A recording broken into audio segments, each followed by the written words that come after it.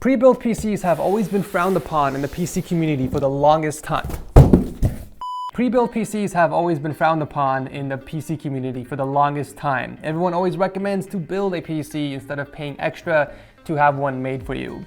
This used to be the case back in the Stone Ages, but times have definitely changed. There are now a handful of companies out there that offer custom PCs or pre-builds with little to no extra charge. NZXT is one of them. Something you gotta realize is that not everyone has the interest or time to learn how to build a PC. I mean, yeah, it's super fun to build one, you can customize it the way you want, and the satisfaction you get by pressing the power button for the first time and watching your PC boot is amazing. But a lot of people out there just wanna skip that and start gaming as soon as possible, while having peace of mind that their PC is covered by warranty and that they are just one phone call away from talking to a tech support. That is why we still have a market for these. But anyways, we're not here to talk about pre-builds. We're here to take a look at NZXT's new H1 Mini PC, targeted for gamers and content creators. I've been building PCs for a little over 10 years now, so I'm pretty excited to check this out and see if it's actually worth the money. Let's go. So one of the cool things about NZXT Build is if you place your order for a pre-build before 11 a.m. Pacific Standard Time, they will ship the PC the very same day. And this is the type of packaging you can expect when you get your system. All right. Okay, we got a nice top layer of foam. And underneath that, we got, it's upside down, the H1. I can't get this out of here with one hand, unfortunately, so let me put this camera down. All right, got the cables and accessories in that bag.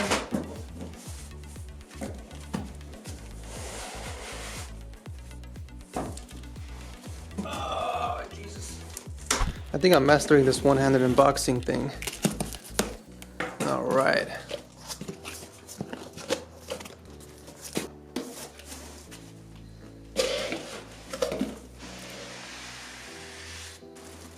Oh, it is packaged nicely.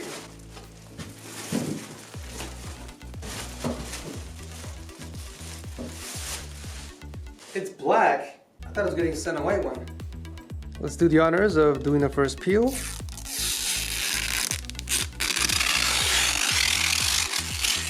Ah, yes.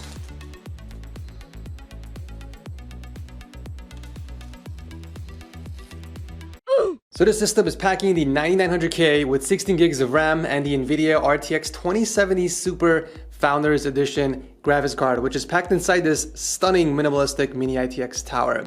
This thing is so clean and tiny. Here's a water bottle for difference. Look at that. Okay, so I looked up the prices for this exact same configuration online to see how competitive their prices really are. And I'm actually impressed that they are able to offer pretty similar prices as if you were to buy the parts yourself and build them. I mean, yeah, you can probably save some money on the Windows CD key, but the rest of the parts are spot on. Alright, so I do want to take this apart real quick and see how they're able to fit all these large parts inside such a tiny body. I don't see any screw holes anywhere. Okay. Should have realized that the bottom tab there was for the panel. Such a stooge. I'm guessing the same concept applies for the back. Okay, that was actually a lot easier than I thought. Whoa. And then this slides up. So here is our beautiful NVIDIA RTX 2070 Super Founders Edition. And then on the opposite side, looks like you got the power supply up here. Looks like this is the AIO to cool the CPU, 140mm rad with a 140mm fan, and then 16 gigs of RAM. So it's interesting how they did the cooling on here.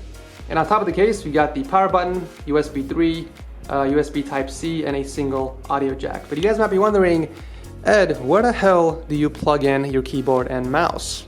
Well, actually, it's on the bottom of the PC. There is your I/O. Actually, while we're down here, let's go ahead and plug in the antennas real quick.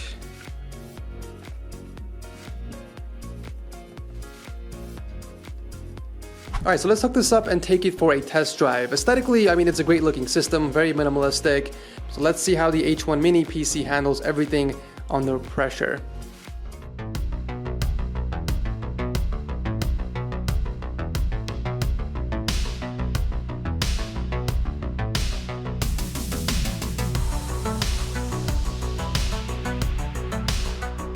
So I put together a quick setup just so I can see what the H1 PC would look like next to like a monitor and keyboard, and god damn, it looks pretty damn clean, I'm not gonna lie. You know, I'm more of an RGB type of person, but for some reason that looks so damn clean in an actual setup. There's also a lot of people out there who don't like the whole flashy RGB lighting stuff. So if you're trying to build a minimalistic setup, kind of like what I did here with no RGB lighting, then the H1 Mini PC I think will look amazing in your setup. Just look at it. It's stealthy, it's tiny, and it's so damn quiet. There's no game obviously running now, but it is an awesome addition to any minimalistic setup for content creation, gaming, whatever. So I'm gonna load up some games actually to take a look at the performance and take a look at temps and see how loud this system actually gets on full load. So ladies and gentlemen, here we are with Overwatch in 1080p ultra settings. So this is maxed out, and I've been playing the game for a little over an hour, and we're getting in the mid hundreds for FPS, which isn't bad. But look at the temps, 78 degrees Celsius for the GPU, and then for the CPU, it's hovering around 41 degrees, 41 degrees, which is not bad. But the most impressive thing is I'm not even hearing anything. Like, I'm maybe 2 feet away from the PC, and I'm actually hearing the audio from the headset more than I'm hearing any fan noise from the PC. That is pretty damn impressive. Oh my god, you see that? I grabbed him in the air. Oh my god. I don't even play Overwatch. I think this configuration would be perfect for anyone with 144 Hz or maybe even 165 Hz monitor. I'm using a 240 Hz right now, and I'm not taking advantage of the refresh rate because I'm not getting anywhere close to 200 FPS. So here we are with Modern Warfare, definitely a more demanding title. Frame-wise,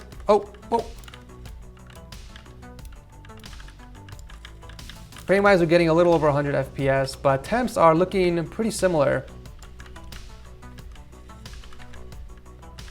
compared to Overwatch. I think one of the reasons why the CPU isn't getting any hotter is because the frequency is locked at 3.6 gigahertz to avoid thermal throttling, obviously. You know what though, after this game, I'm gonna try and overclock the CPU. I wanna see how much more I can push it given the thermal limitations.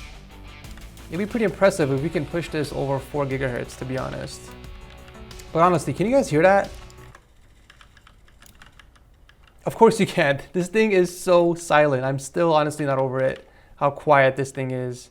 Alright guys, so I went ahead and skipped over the boring overclocking stuff, also to save time in the video. You can clearly see we have the CPU at 5 gigahertz. I don't believe it, but we're gonna try and actually run Cinebench R20 and see if it's even stable, because I'm actually surprised the fact that we're even here in the desktop, to be honest. That is insane. So we're gonna be using NZXT Cam to monitor the temps of the CPU. All right, here goes nothing. It just crashes. Oh my god.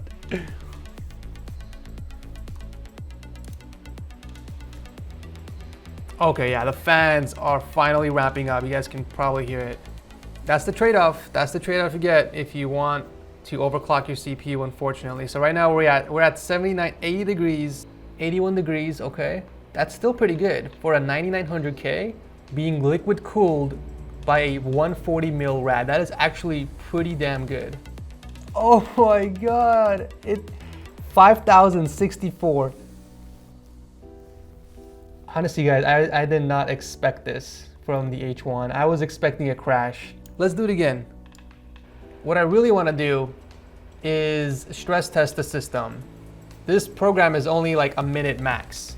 Once it stops, the temps are obviously gonna dip down. So I'm gonna run like maybe export a video for like 30 minutes to 40 minutes and see if it's gonna crash or not. Let's see how long it can keep the 5 gigahertz without thermal throttling or crashing. But honestly, I'm freaking impressed.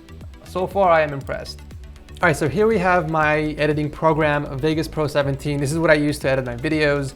We're gonna be rendering out this video. It's about, it's actually 12 minutes long, okay.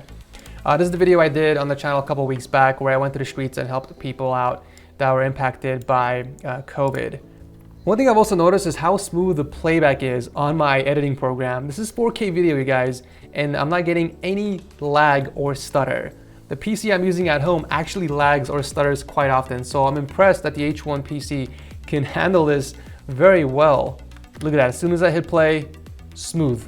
Not a single second of stutter.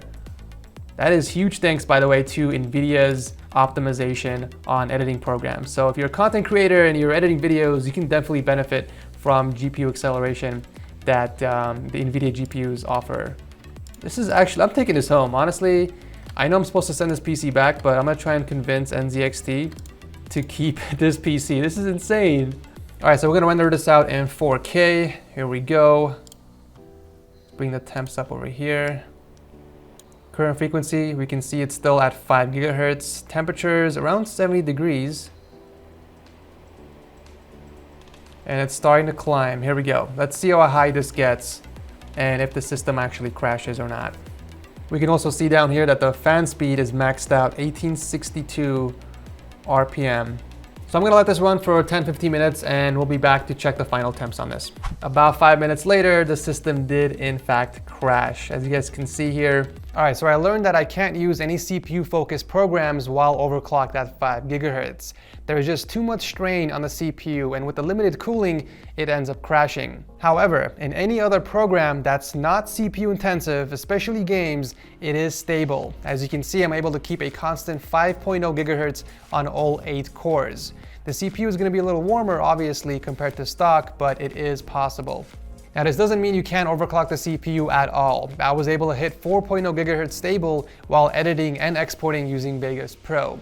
But I didn't try pushing it for more because 1, I ran out of time, and 2, it would have made this video much longer. And I know a lot of you guys out there don't really care for overclocking anyways. I really love what NZXT did with their H1 Mini PC. They made something so powerful, yet quiet, and it's even portable, so I can toss this in my backpack whenever I need an editing machine on the go. It's actually gonna be perfect for CES moving forward, if they let me keep it.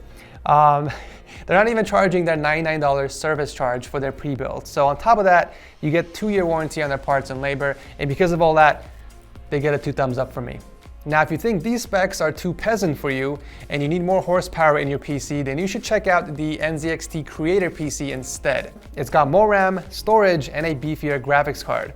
The best part about NZXT Build is that they offer different price brackets depending on your budget. They have a starter PC for entry-level gaming and a streaming PC as well. But you do have the option of completely customizing your own. It's so easy that even my grandmother can do it. Just visit their website and click on the Build Your Own button up top. Select the games you want to play in the resolution you want to play them, and finally you decide on how much you want to spend. It will not only tell you how much FPS you can expect to get in the games, but you will also have the option of changing any of the parts inside.